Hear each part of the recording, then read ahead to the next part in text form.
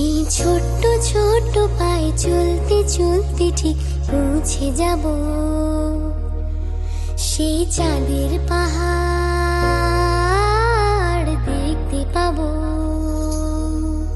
সেই চাঁদের পাহাড় মাথায় যাহার রামধনু রাঙা হয় দেখতে পাবো,